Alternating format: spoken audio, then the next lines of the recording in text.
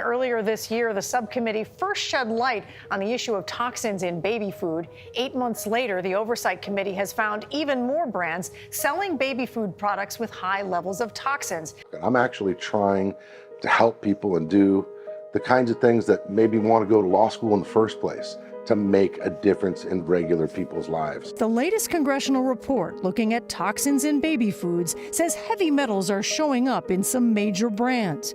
For instance, investigators said 2 of Gerber's infant rice cereal products contained inorganic arsenic levels over the FDA's limit. They said Gerber failed to recall those products. I was blown away by the congressional report on the baby food cases. It's like nothing I've ever read before. It's almost like a Grisham novel. I mean, you can't even make this stuff up. There are federal limits on heavy metals like lead in drinking water, gasoline, and paint, but when it comes to the food your baby eats, there are far fewer standards. What nobody realizes is that the FDA does not actually regulate baby food. They have nothing to do with it.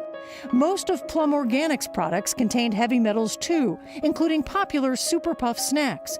They did test it, and they had terrible results.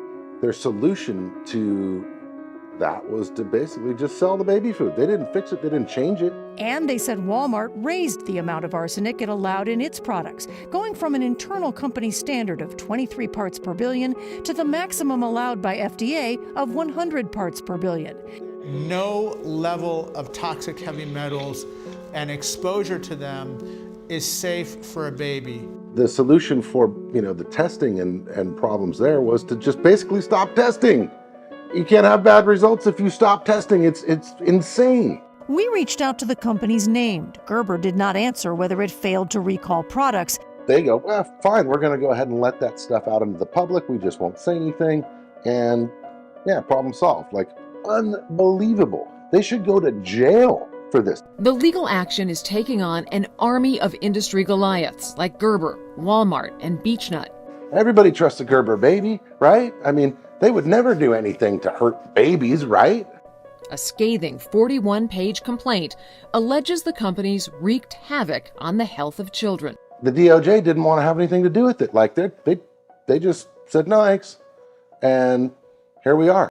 It's a first-of-its-kind case that intends to establish a causal link between toxic heavy metals in baby food and autism and ADHD. There's 2 things I'd like to see happen as a result of this case. Number 1 is for these companies to clean up their food and produce a better product that is not toxic, that doesn't hurt kids and families. And second is to take some responsibility and be accountable for the damage that they've done to the kids and families who have already been affected by it, and try to make that a little better. The judge heard from a panel of 4 experts who testified that heavy metals in baby food can cause autism spectrum disorder and ADHD.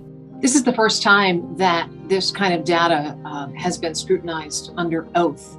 What are your expectations? I feel very confident. The data is truly overwhelming. At the end of the day, it's jurors who are going to decide whether or not these companies did wrong. In a study of 288 store-bought and homemade baby food, Healthy Babies found 94% of all of the samples were contaminated with toxic heavy metals. There's a component of me that certainly relates to it as a parent, but also I think as a lawyer, this was the David and Goliath fight. I mean, you've got these enormous corporations and regular people whose lives have really been hurt by this stuff in the name of profit. I think they're crazy to actually take this to trial because the jury is going to be infuriated. They're going to be inflamed. They are going to retaliate. They are going to punish these companies that are huge. And you're going to see a number that is astronomical if it goes to trial. In a statement, an FDA spokesperson said, while we share the desire for reductions in exposure to these harmful elements, it takes time to establish action levels. I'm not worried about our legal team, and they've taken on the likes of Monsanto and, the Roundup cases in Bayer, and they did Xarelto, the Puy-Hip cases. This isn't our first rodeo. I think this is the most important case of my entire career.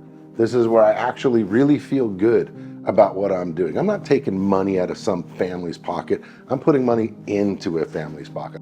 If you know somebody that has autism between the ages of 2 and 14, give us a call. I think we can actually really help and hopefully make a difference in their life. There is no risk. If we don't recover anything, you do not owe us anything, not a dime.